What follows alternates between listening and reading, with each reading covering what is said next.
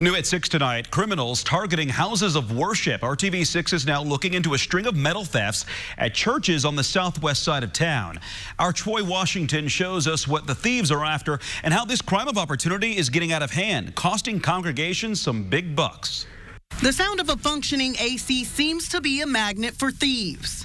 The first time that we got hit in July and had 7 units stolen, the price tag to replace all of those was $30,000. Here at West Morris Free Methodist Church, it seems thieves go right past the cameras and signs warning about surveillance when stealing from the church. Pastor Kristen Marble has insurance, but getting hit more than once is starting to bust the church budget. This is what bad guys are trying to get their hands on, copper. And in many cases, they're willing to dismantle an entire unit just to get to it. And it's costing a lot of entities a lot of money. Thieves came back during the holidays in search of more copper. They made off with 3 AC units and 2 catalytic converters. It definitely is a financial drain. At this point, thieves have cost this church $51,000 since July. But they are not the only church having trouble keeping crooks away. 3 other churches on the southwest side can relate.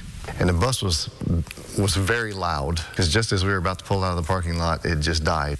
In October, Chapel Hill United Methodist Church had to park their church van used to pick up elderly members because the catalytic converter was taken. We had to go out in cars, individual cars, and pick up these folks because they want to be here. That's the highlight of their week. For 6 to 8 weeks, Pastor David Buckner says his church made the best of the situation, pulling together to get those in need of a ride to service, choosing to walk in love and forgiveness despite the inconvenience.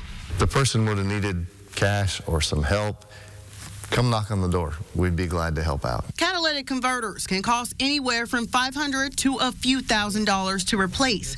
This church only had to pay an insurance deductible, but ministers like Marble say they aren't waiting around for the next crime to happen.